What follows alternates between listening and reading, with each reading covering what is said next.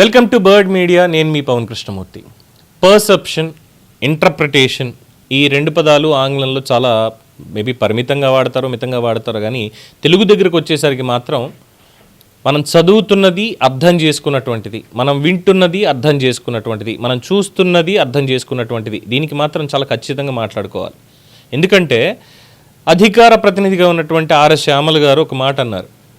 పవన్ కళ్యాణ్ గారిని టార్గెట్ చేసి బాధ్యత గల పదవుల్లో ఉన్నవాళ్ళు ఇలాంటి చేతకాని ప్రకటనలు చేస్తే నేరస్తులు రెచ్చిపోతారు పవన్ కళ్యాణ్ గారు, పీపీపీ గారు అంటూ వ్యంగ్యం నడుపుతూ, గంజాయి తాగి బైక్ సైలెన్సర్లు తీసేసి జోరుగా బండ్లు నడుపుతూ చొక్కాలు విప్పి గాల్లో ఊపుతూ బజార్ రౌడీల వలె బరితెగించి ప్రవర్తిస్తారు అని మాట్లాడుతూ మదనపల్లి ఇన్సిడెంటు, తర్వాత బిక్కవోలు ఇన్సిడెంటు ఇలాంటివన్నీ చెప్తూ పవన్ కళ్యాణ్ గారు చేసినటువంటి ఒక స్టేట్మెంట్ని పోస్ట్ చేశారు. ఏంటంటే, ప్రతి ఆడపిల్లకు రక్షణ కల్పించడం సాధ్యం కాదు, ప్రతి ఆడపిల్లకు రక్షణ కల్పించడం సాధ్యం కాదు.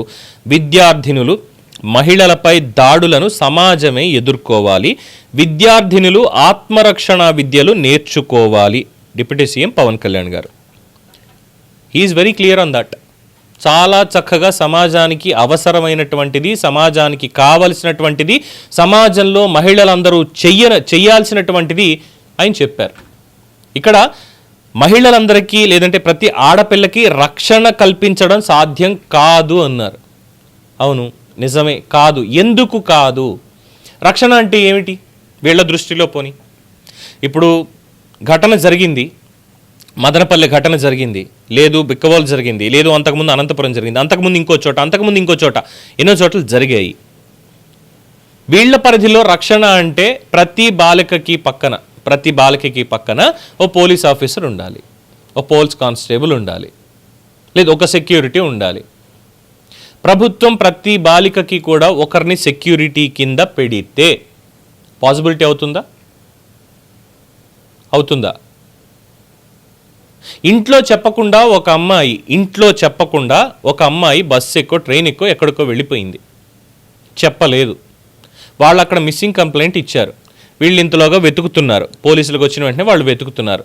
2 రోజులు దొరకలేదు, 3 రోజులు దొరకలేదు, 4వ రోజు ఎక్కడో దొరికింది.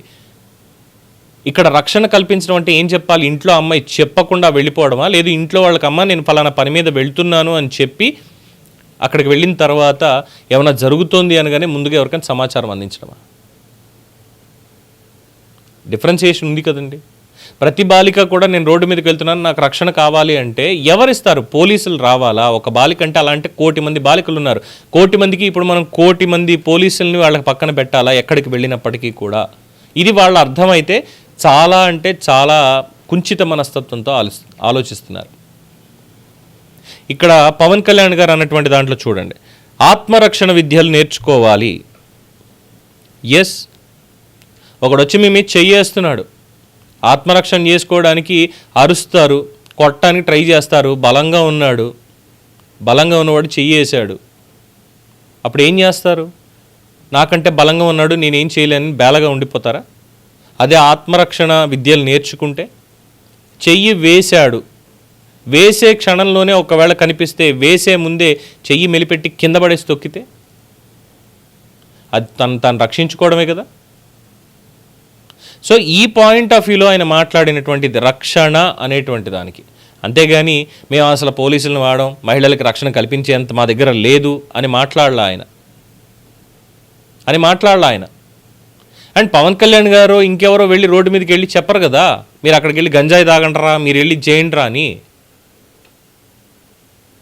గంజాయి మొత్తం అంతా కూడా ఎరాడికేట్ చేయడం కోసం ప్రభుత్వం ప్రయత్నం చేస్తోంది, చాలా సీరియస్గా దాని మీద ఉన్నారు.